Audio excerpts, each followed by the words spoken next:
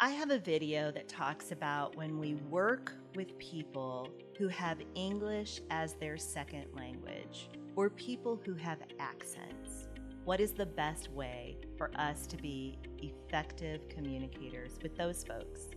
Well, today we're going to talk about what about written communication with that same group of people. Be the Reason is all about human connections. Because no matter how much we think we know how we are being heard, there is one thing that I can guarantee based on my decades of professional experience. Other humans will hear us differently than we hear ourselves.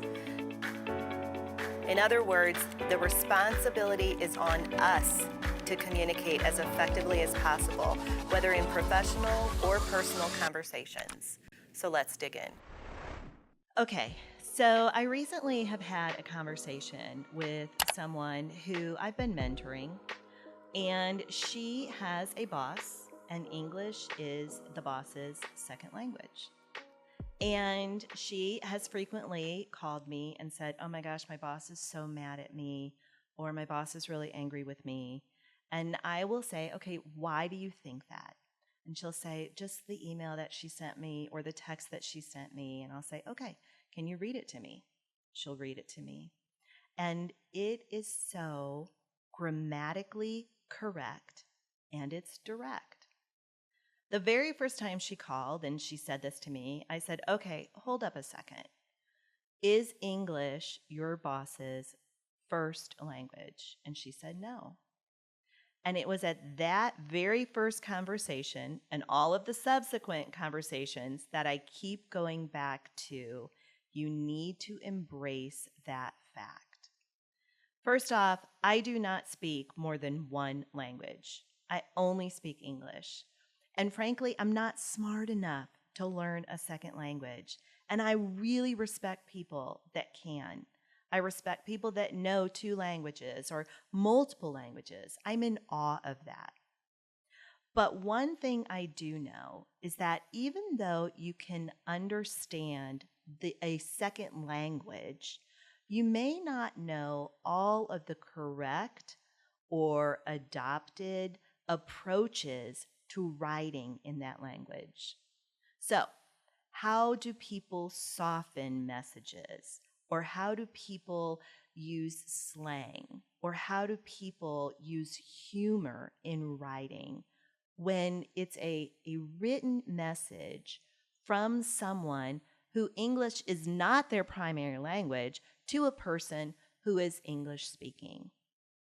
That fact alone can make the communication very different than what we're used to.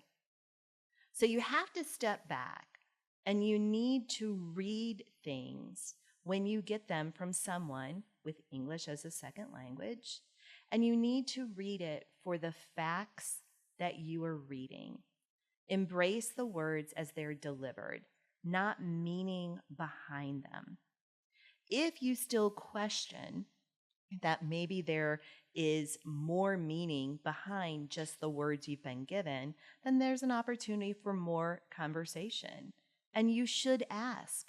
You own your approach. You own the words that you choose, and you own gaining a clear understanding from someone who is writing you something that you feel may be abrasive or harsh.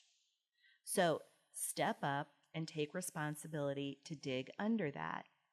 But first and foremost, just embrace the fact that if you're getting written communication from someone whose primary language is other than English, embrace the fact that it can be written in a way that is different from how you talk or you write. And that's okay. And if you only speak one language like I do, please, I encourage you to really respect the fact that you're speaking with someone who speaks more than just the language that you do. That's fantastic. But don't take how they say things personally. Take the words in the way in which they are delivered at face value. I know you've got this. You can do it. If you like the content in these videos, please like and subscribe and share with your friends. Or if you have specific topics that you would like addressed or questions, please leave those in the comments. Thanks so much.